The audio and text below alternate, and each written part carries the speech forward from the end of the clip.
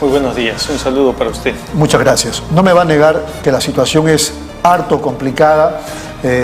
Juan Carlos Tafur decía el otro día, y algunos como que en reservas tenían su declaración, esta va a ser una llegada de fotografía. Bueno, estamos a 3 semanas y todo parece indicar que entre Castillo y Keiko la situación va a ser justamente bien apretada. Sí, porque las encuestas, las entrevistas, las cosas que nosotros podemos ver día a día en los taxis y en las conversaciones con los amigos, hace que la cosa esté dividida casi por igual. Lo que sí habría que considerar es que, a diferencia de Castillo, Keiko siempre tiene un voto escondido que no lo manifiesta. ¿Alcanzará para que llegue a superar a Castillo? Puede que sí, puede que no, ya lo tendremos que ver el día de las elecciones. Ahora, ¿está claro que con uno o con otro vamos a tener problemas en los próximos 5 años o piensa que con uno no va a pasar eso? Para empezar, ninguno de los dos ha llegado ni siquiera a tener el 20% de los votantes en la elección. En la primera vuelta. En la primera vuelta. Lo que quiere decir que el 80% no está con ellos. Tendrían que tener un manejo muy fino para interpretar el sentido de la mayoría, que no son ellos los ganadores, ni Keiko ni Castillo, si fuera el caso, cualquiera de los dos, para hacer un manejo de gobierno, económico, educativo, apropiado. Hasta ahora los candidatos creen que pueden imponer sus propias ideas, las ideas con las cuales llegaron a la segunda vuelta, y no es así. Cuando ya se es presidente de todos los peruanos y se tiene que gobernar para el bien del país. Esas son cosas que tienen que adaptarse, pero hasta ahora no lo están haciendo. Los dos. Ninguno de los dos. Ninguno de los dos. Bueno, en ese contexto, doctor César Bazán Naveda, algunos, por ejemplo, acabo de leer una declaración que hacen 2 congresistas virtuales, dicen, no nos convence Keiko, no nos convence Castillo, entonces la opción que queda es blanco o viciado. ¿Usted cree que esa sea una buena opción? Ese es un voto irresponsable en realidad, porque nosotros no podemos echarle la culpa a los demás por las decisiones que no tomamos. Este es nuestro momento de ejercer nuestro derecho y nuestra obligación democrática, escoger a uno u a otro. Si no ejercemos nuestro derecho, no nos quejemos después de lo que pueda pasar. Hay gente que inclusive está pensando en mantener sus viajes en el extranjero o simplemente pagar la multa y no ir a votar. Maduremos como país, maduremos como votantes. Hagámonos responsables de nuestras decisiones y de nuestros votos. Esa es la responsabilidad que tiene todo mayor de edad. Antes, cuando era menor de edad, la responsabilidad era de los padres. Después que es mayor de edad, es responsabilidad de uno mismo. Nosotros ya tenemos 200 años como nación, debemos ser responsables de nuestras propias decisiones. ¿Usted cree que tenga cierto sustento la siguiente afirmación? Keiko es la candidata de la impunidad y Castillo es el candidato del violentismo. Los dos tienen talón de Aquiles. Los dos tienen problemas porque si bien es cierto que Keiko está bastante identificada con el tema de la corrupción y la impunidad, también del lado de Castillo hay corrupción, gente que está metida en corrupción e impunidad. Hay gente que ha sido condenada por terrorismo y que ahora, después de haber matado a nuestros propios conciudadanos, se van a sentar en el curul para ejercer una representación. Y del otro lado tenemos a toda la gente que nosotros hemos conocido y hemos vivido durante la época del gobierno de su padre. O sea, los dos representan un peligro para el país.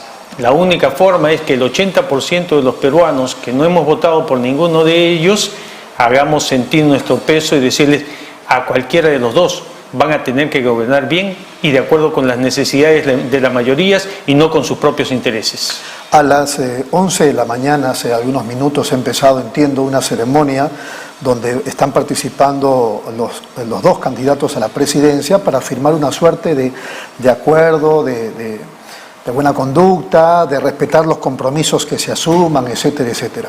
Hay algunos que dicen, yo no le creo ni a Keiko ni a Castillo. Los antecedentes nos hablan de cómo los políticos nos ofrecen una cosa y hacen cosa totalmente distinta cuando llegan al poder. ¿Usted qué piensa? Bueno, le pregunté hoy día al taxista con el que venía, ¿usted cree que los candidatos van a respetar el pacto? Y me dijo, ¿qué candidato ha respetado los pactos? Entonces, en verdad, estamos desengañados de estos políticos, estamos desengañados de estas firmas. Hay buena voluntad seguramente, pero la buena voluntad es para presentarse frente a nosotros y decir qué buenos que somos, voten por nosotros. Pero en la realidad no hay razones suficientes como para poderles creer. La única forma de hacerles creer es que concurramos a votar y hagamos ejercicio de nuestro derecho ciudadano y después fiscalizar. Es decir, no desentendernos, sino participar activamente, comentando y haciendo conocer nuestra opinión de una u otra forma sobre cómo es que se está gobernando el país. Claro, porque uno dice, si los chicos salieron y lo hicieron renunciar al presidente en ese momento, Merino de Lama, ¿por qué no podemos respirar en la oreja a quien asuma la jefatura del Estado? Es que así lo vamos a tener que hacer. Ha quedado demostrado que la única forma en que los políticos se ven limitados es cuando el pueblo mismo les hace saber cuáles son los límites. Esto no quiere decir que estemos de manifestación en manifestación ni de violencia en violencia, sino que hay opiniones, hay formas de hacer saber cuál es el contento o el descontento de nuestro pueblo. Y aprendamos a entender estas señales democráticas para que no suceda la inestabilidad. Lo peor que nos puede pasar al país es tener inestabilidad económica, inestabilidad jurídica, inestabilidad en nuestros trabajos, inestabilidad en todo. Y esa inestabilidad se mostró hace poco tiempo cuando vinieron las proclamaciones de quienes pasaban a la segunda vuelta y el dólar se disparó a 3,88 soles. Pero recordará usted también que para la segunda elección de Alan García también el dólar se subió como hasta 3,80 soles casi. Y después de la elección bajó a 2,80 soles. Quiere decir que esas son señales de que la economía es muy sensible a los mensajes políticos. Estabilidad, señores, no tenemos por qué pelearnos los peruanos unos con otros. Finalmente todos somos peruanos, todos vamos a seguir viviendo en este país y tenemos que aprender a convivir con paz y prosperidad. Muy bien, estamos a 3 semanas de las elecciones del 6 de junio. Usted es contrario y califica de irresponsables a quienes pretenden votar blanco o viciado. Por lo tanto, usted y Perú Construye ya tomaron una decisión. ¿Podemos saber cuál es? Nosotros tomamos la decisión de que ninguno de los dos candidatos es bueno. Y por lo tanto, de acuerdo con la conciencia de cada uno de los militantes va a votar. No podemos plegarnos a Keiko Fujimori porque estaríamos mezclándonos con todos los signos de corrupción. No podríamos mezclarnos o apoyar a Castillo porque nos estaríamos embadurnando con todo ese mensaje de odio y destrucción que el comunismo trae. Y por lo tanto, no podemos mezclarnos con ninguno de los dos. Cada uno, como en el momento de la confesión, emitirá su voto y quedará para él. ¿Y cómo se entiende que otros partidos están más bien, digamos, adhiriéndose a la candidatura de Castillo o de Keiko? Es su libertad, es su derecho. Estamos en un país democrático, es un país libre, cada uno tiene el derecho de tomar su decisión. Lo que sí tenemos que hacer es eso, tomar nuestra decisión. Entonces, algunos irán para uno, otros irán para otro y otros votarán in pectore para uno de los candidatos dentro de su propia convicción. Pero tenemos que tomar partido de todas maneras por la actuación en democracia, es decir, ejercer el voto. Hay que ejercerlo. ¿Y usted por quién va a votar? Eso también fue parte del acuerdo nuestro. Ninguno de nosotros lo va a decir hasta que cada uno haga el ejercicio de su voto. Muy bien. A ver, el proceso electoral ha, obligado a los candidatos a asumir posición respecto de 3 o 4 asuntos que son fundamentales, ¿no? La salud, la educación, el trabajo, el tema social, etcétera. ¿Qué impresión tiene usted de esos temas, como líder de un partido como Perú Construye? Yo le pediría, sí.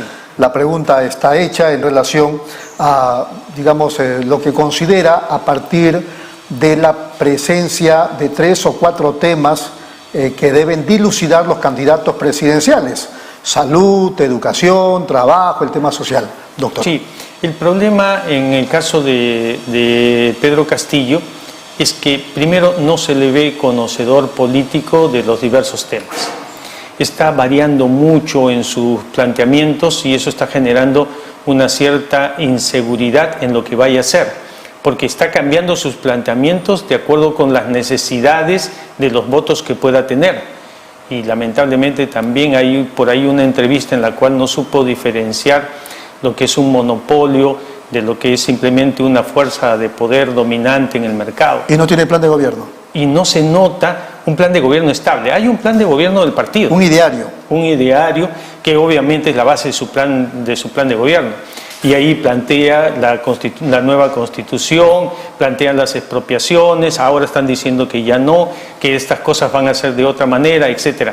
Entonces, no se ve un proyecto sobre el cual en verdad podamos nosotros hacer una opinión. Y tampoco hay equipo técnico en apariencia, aunque hace días aparecieron 2 o 3 nombres. Claro, han aparecido varios nombres, pero nombres de allegados que recién están viniendo y quieren decirle, oye, por si acaso tu plan del partido no lo vas a aplicar porque esto es lo que nosotros vamos a decir que se haga.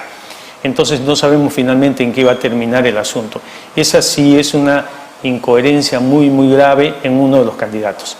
Del otro candidato, Keiko, tampoco ha tenido la firmeza de establecer todos los proyectos. Si bien es cierto, sí tiene un equipo técnico que, bueno, de alguna u otra forma también los conocemos, no nos causa muy buena impresión. Por Jorge Vaca Campodónico, claro, no nos causa muy buena impresión que digamos, pero por lo menos tiene un equipo técnico, del cual ya sabremos que tenemos que defendernos porque va a venir a atacar por uno y otro lado también a los diversos sistemas económicos.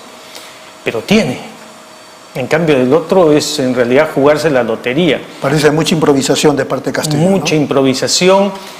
Parece que él mismo no pensaba que iba a tener tanta acogida y que iba a poder llegar a poder formular un proyecto y ser gobierno. Porque una cosa es ser candidato y prometer. Eso es igual que el matrimonio, ¿no? Una cosa es las promesas de novio y la otra cosa es las realidades dentro del matrimonio. Entonces... Ahora, a propósito de Castillo, sí. ¿no asume usted que quizá Castillo sea consecuencia de...?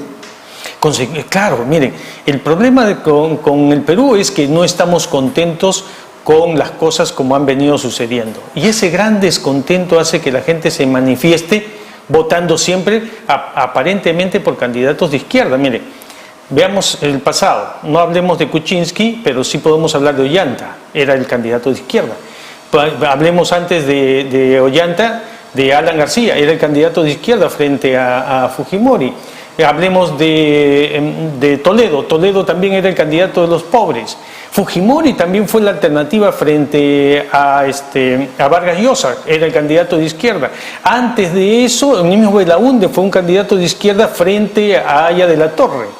Y todo el tiempo hemos venido nosotros... Pero no se terminaron de resolver los problemas sociales. Y nunca fueron en realidad un gobierno de izquierda. Ninguno de ellos. Todos vinieron con la misma promesa y finalmente Ollanta fue el más claro, ¿no? Después de todas sus promesas, hoja de ruta que fue un viraje de 180 grados y ya está. Ahora, no quieren prometer una hoja de ruta, pero sí hay un equipo técnico que está diciendo las cosas van a ser de otra manera. Entonces, esas inestabilidades son las que no nos generan un convencimiento de que esto vaya por buen rumbo. ¿Qué tendría que hacerse en educación, así brevemente? En educación tiene que hacerse un plan a largo plazo. Los cambios en educación se hacen por generaciones y por lo tanto nosotros no podemos pensar en que los cambios van a hacerse en 5 años. Quien sea el presidente de la República tiene que empezar un proyecto para definir cuál es el tipo de ciudadano que nosotros debemos formar. Y que los otros presidentes continúen. Pero hay que establecerlo de manera totalmente clara. Necesitamos un ciudadano, primero, que sepa respetar las leyes y por lo tanto esté educado para mantenerse dentro del sistema. Segundo, que sea creativo e imaginativo, porque los peruanos lo somos.